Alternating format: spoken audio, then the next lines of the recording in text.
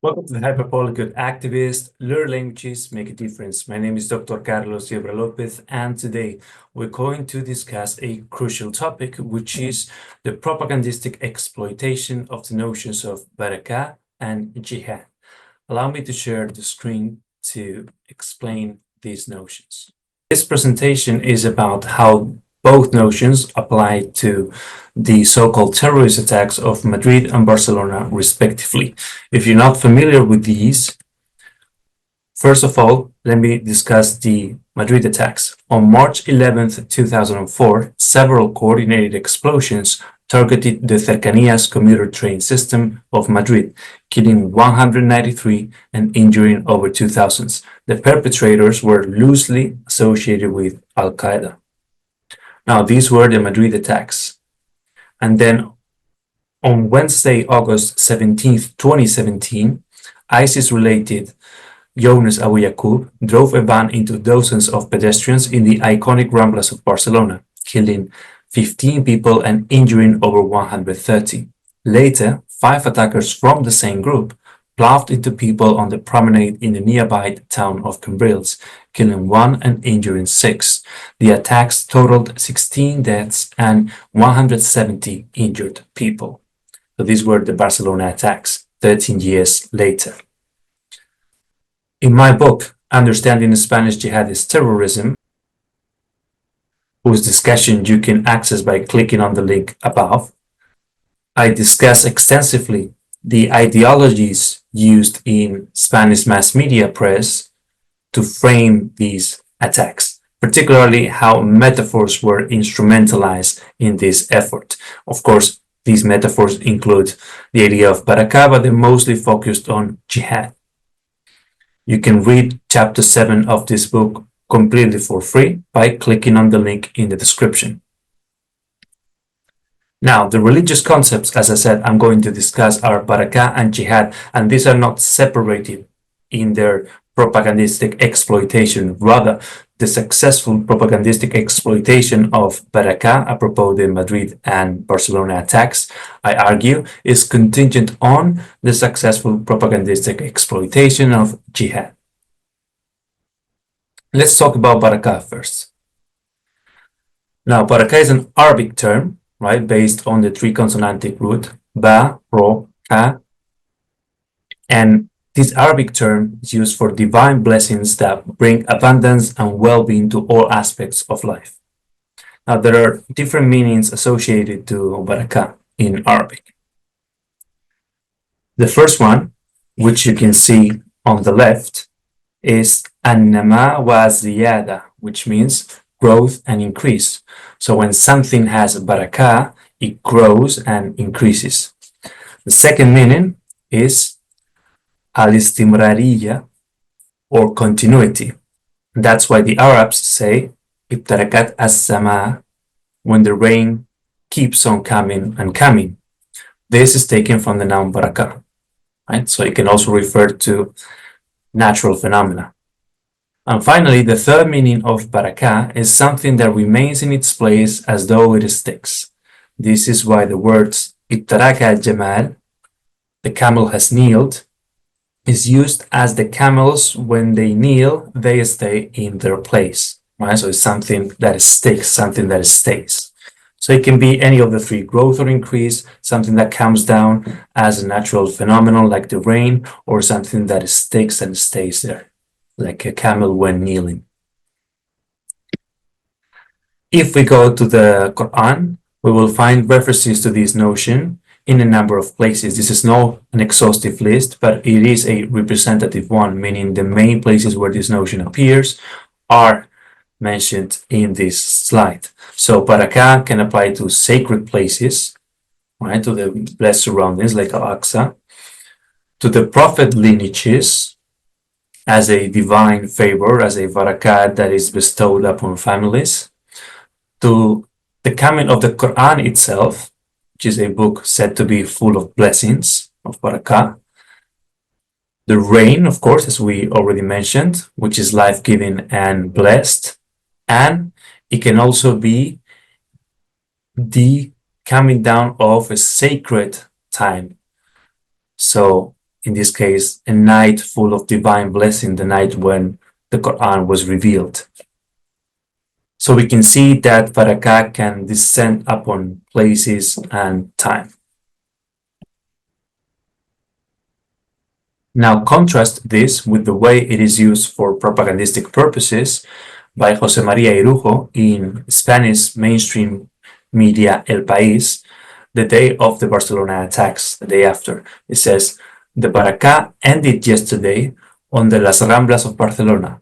All the effort and sacrifice of the security forces during the 13 years of peace and security we have enjoyed has not been enough to avoid the inevitable attack. There's a lot to unpack here. But at any rate, here Barakah is referring, ironically, of course, to a timeline, to a time frame, to the 13 years that passed from the day when the Madrid attacks were committed and the year when the Barcelona attacks took place. So we have a look at the timeline of the so-called war on terror policy.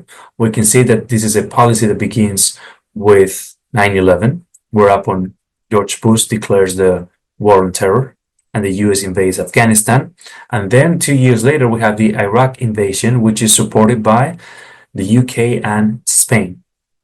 And the year after that invasion, some say as payback for it, the Madrid attacks took place. But it wasn't until 2017, already in a different paradigm in the digital era rather than the broadcast era, already carried by people associated to ISIS rather than Al-Qaeda, a generation younger.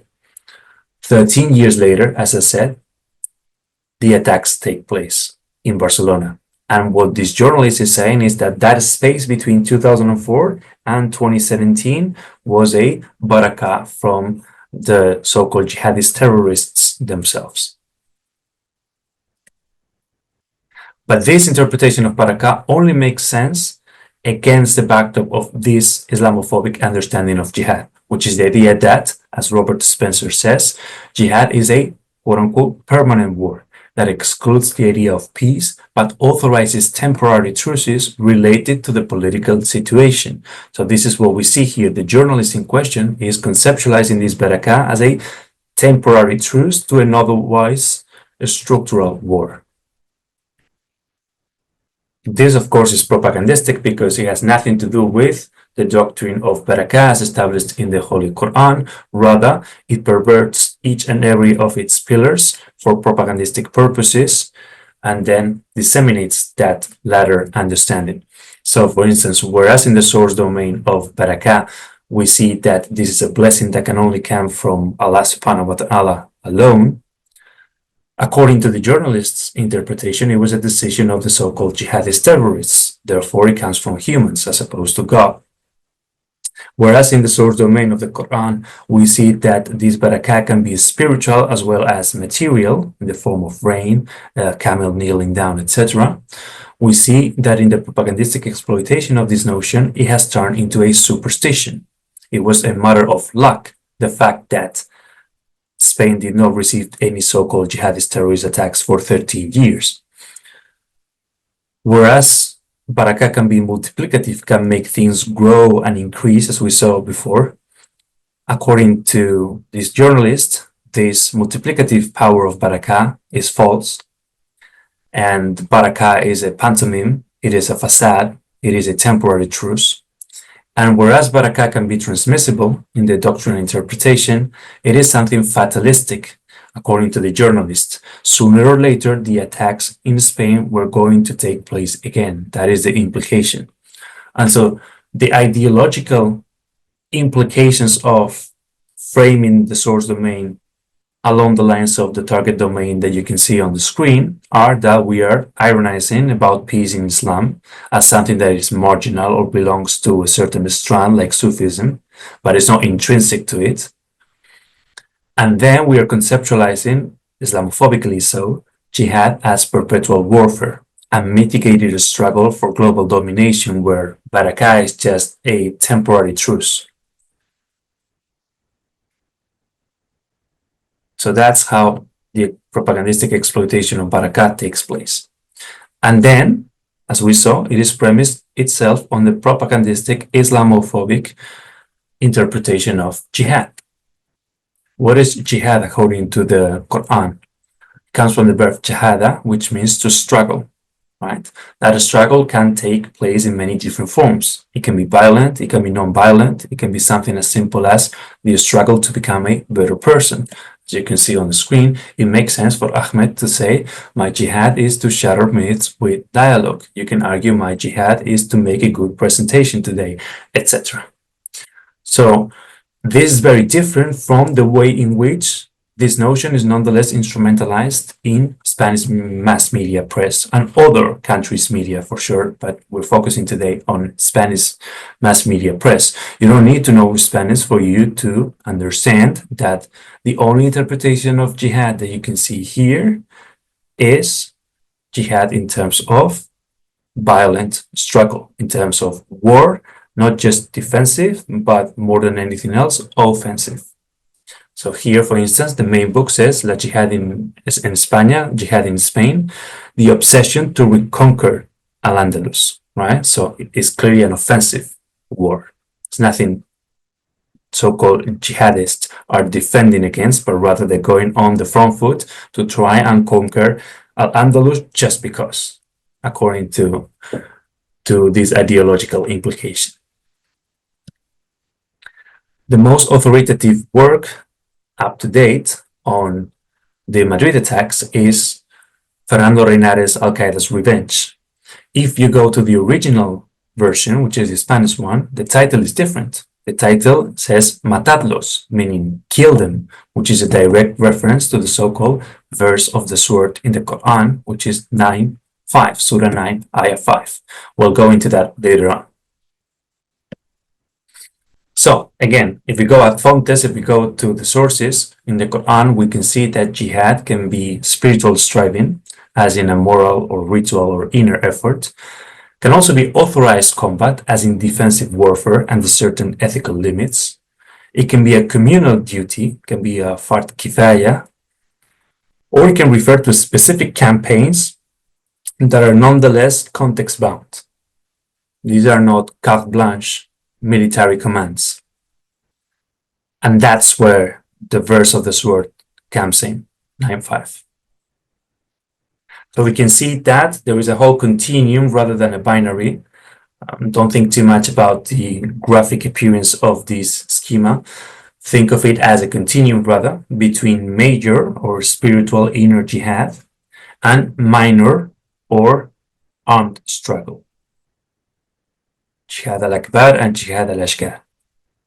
And within that Jihad al-Ashkar, or minor struggle, we can see some forms of aggression that are nonetheless context-bound military command. What do we mean by this? If we read Surah 9, Ayah 5, we will see that this violence, which is contained in the Ayah, is nonetheless contextualized by the following facts. Surah Al-Tawbah, which is the Surah of Repentance, number 9, was revealed after the Treaty of Hudaybiyah, which was a 10-year peace agreement between the Muslims and a tribe called the Quraysh. And that treaty was broken by certain pagan tribes.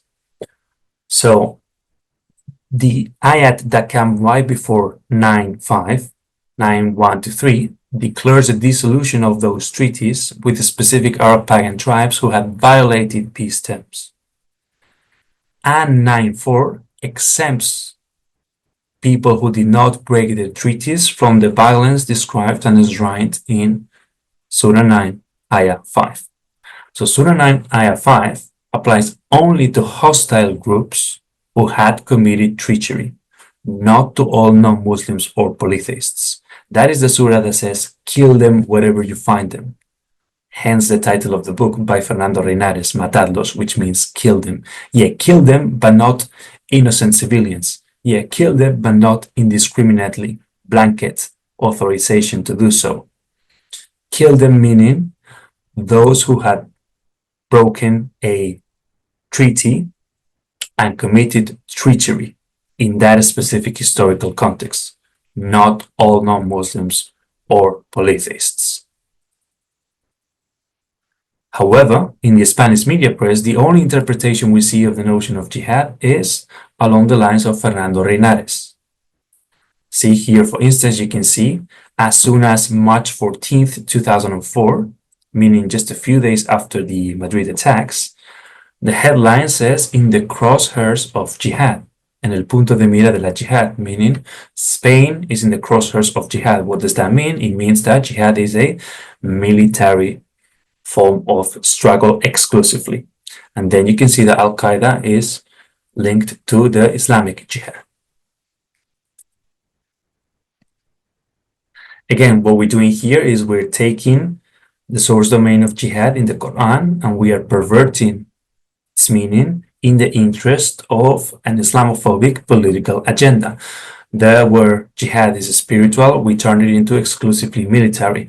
There where jihad is a duty, as in a moral duty, whether it is individual or communal, we are turning it into cases of radicalization. There where you have a just cause in whose service jihad is engaged in, you have the journalistic interpretation that jihad applies to all non-Muslims, regardless of whether the cause is just or not. And there where 9.5 is context-bound by specific treaty, we see a depoliticized interpretation that does not take into account that political situation to which the treaty responds. Therefore, the ideological implications of interpreting the source domain along the lines of the target domain are as follows. Jihad supposedly equals depoliticized military aggression against non-Muslims. And therefore, the implication, the corollary is that it would be prohibited, it should be prohibited entirely by any peaceful religion, so that if Islam features jihad, it must not be a peaceful religion. It must be a religion of violence. Hence the meme. Hence the Islamophobic caricature that we see oftentimes in mass media press, in this case, in the Spanish one. With that being said, may Allah grant us the clarity and the courage to tell truth apart from propaganda, and thank you for watching.